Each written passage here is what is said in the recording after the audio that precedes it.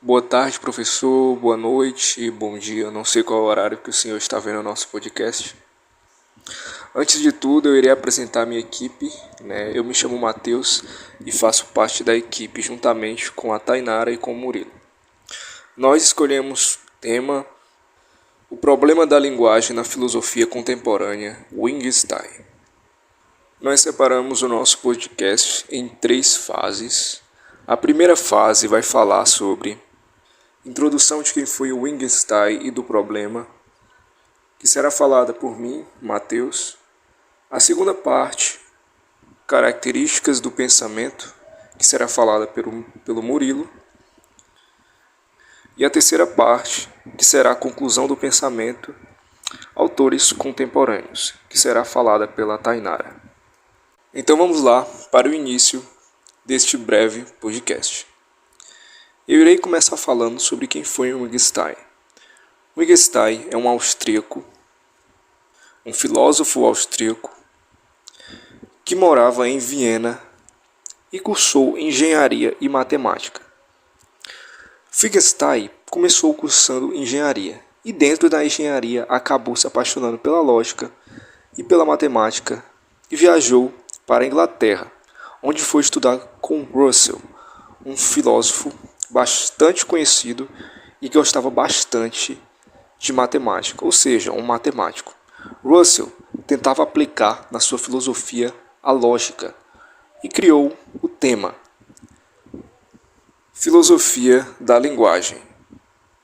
Russell era um homem que também estudava bastante lógica e que ele pensava que a lógica deveria ser implantada dentro da nossa linguagem. Sendo assim, Russell decidiu estudar a linguagem criando pressupostos lógicos através de uma análise lógica de linguagem. É que Russell fazia isso seguindo a tradição da Inglaterra, que era sempre usar os seus argumentos e ter como base o empirismo. Cria-se então a filosofia analítica. E com base nessa filosofia analítica, nós temos a criação do tratado lógico-filosófico por parte de Wittgenstein. E o que tratava esse tratado lógico-filosófico? Claro, com a supervisão de Russell, Wittgenstein tentava mostrar que a maioria dos problemas filosóficos, na verdade, eram falsos problemas na medida em que eram problemas de linguagem. E que a linguagem deveria existir uma forma de ser direcionada, uma forma lógica de ser direcionada.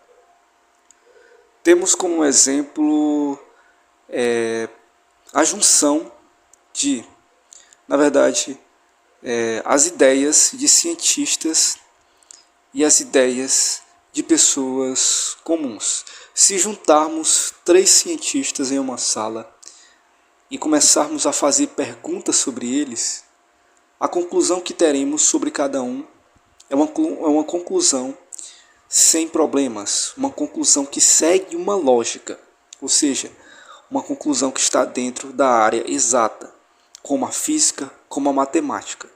Já se juntarmos dentro de uma sala pessoas comuns e começarmos a fazer perguntas a elas sobre liberdade, paz e justiça, consequentemente não teremos um acordo entre essas pessoas e consequentemente teremos problemas entre seus argumentos. Que ele tratava dentro do seu tratado lógico.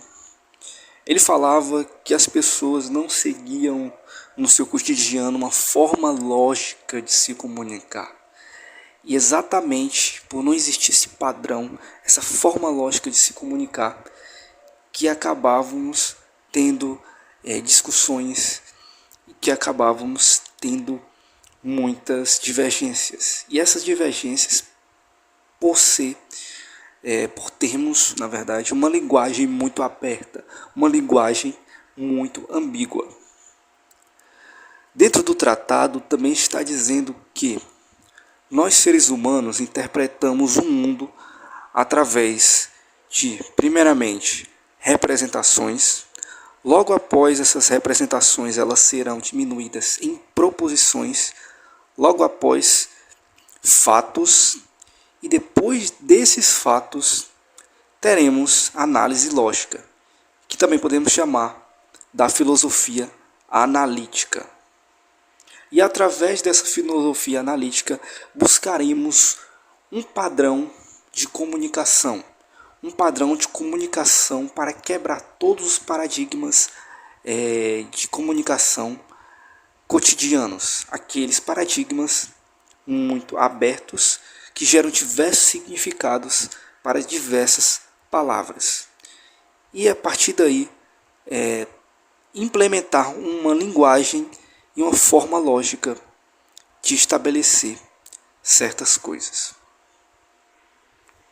Ou seja, pegamos proposições complexas e após isso decompomos essas proposições até chegar aos seus nomes.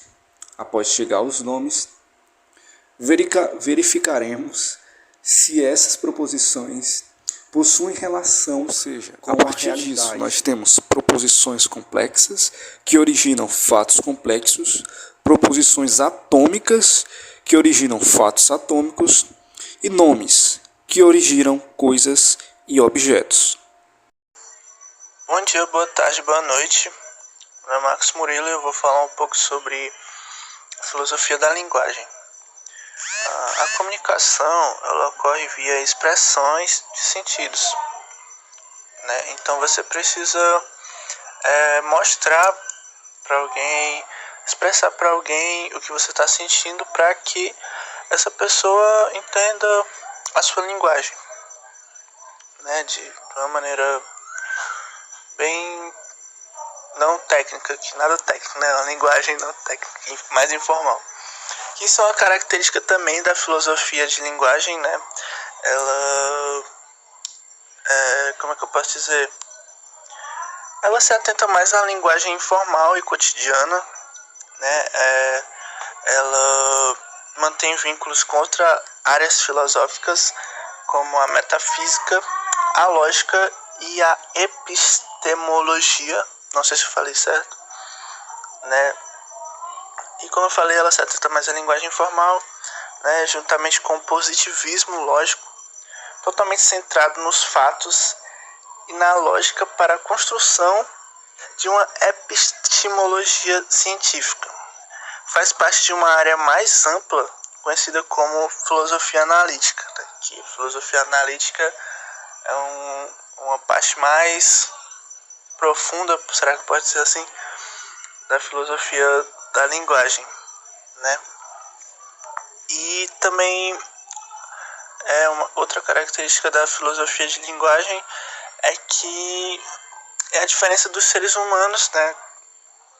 Da linguagem, da forma de se expressar dos seres humanos para os outros seres, né? Tem muito essa diferença de, né, como vão entender a sua linguagem, como você pode usar diversos sentidos e significados para passar o que você está querendo. Como é que eu posso dizer? Você está querendo mostrar para alguém e como essa pessoa vai entender, como essa pessoa vai usar os sentidos dela para entender o que você está falando. Tem a diferença que nós seres humanos podemos usar a tradução, podemos usar a interpretação de maneiras diferentes, e várias outras coisas, né? Também tem o que o Ludwig Wittgenstein fala, né? Que são os jogos de linguagem, que é dito pela linguagem que nós conhecemos o mundo pela linguagem, né? Mas é o nosso mundo que delimita a nossa linguagem, porque a gente conhece a linguagem pelo mundo, né? Como eu acabei de falar, mas sem o mundo a gente não ia ter nada pra falar, nada pra usar a linguagem. Então é o mundo que delimita a linguagem, né? Seriam como jogos né, um combinado de palavras que adquirem significados pelo seu uso social, entendeu? E é isso, e tem várias questões, né, que a filosofia da linguagem levanta, que uma é dos significados, né, você querer saber quais são os significados, qual a importância dos significados para o mundo, qual a importância do... Como é que eu posso dizer? Peraí, calma, deixa eu pegar minha colinha. Cadê? Ai, não. Pronto, dei um corte aqui e voltei, peguei minha colinha. Qual a origem das línguas? Como a linguagem se relaciona com o mundo? Qual a relação da linguagem entre... falei errado. Qual a relação entre as palavras e as coisas? Né? Então, são questões muito levantadas nessa filosofia. E... né, tem muitas... Não sei, vou passar. Quando tentamos compreender determinada escolha ou emprego de palavra, devemos, portanto, não considerar apenas os sentimentos, mas também o contexto para que aquela pessoa tenha a escolhida, de tal modo que o movimento estratégico caracteriza uma forma de jogo. O filósofo, então, chega a um ponto em que compreende que o pensamento, linguagem e mundo têm a mesma forma lógica. Porém, ele não pode ser demonstrado. Isso não pode ser demonstrado. É algo que apenas se mostra para nós.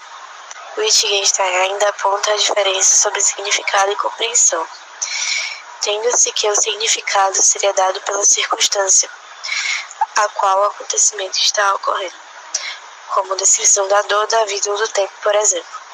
E a compreensão implica o domínio, o saber sobre alguma coisa, o que acaba coincidindo com uma espécie de aprendizagem sobre algo. É uma reflexão sobre os jogos de linguagem. O acontecimento social se torna como uma arena, e os jogadores participantes serão aqueles que estão socializando e mobilizam-se a exercer diferentes papéis, considerando suas respectivas funções. E para isso teríamos que nos colocar no ponto de vista de Deus, algo que é igualmente impossível, ao menos que o próprio Deus o revelasse para nós. Para demonstrar aquilo que se mostra através da linguagem e do mundo, seria preciso uma teoria que se referisse à totalidade do mundo e da linguagem. Isso é, no entanto, impossível, pois sobre o mundo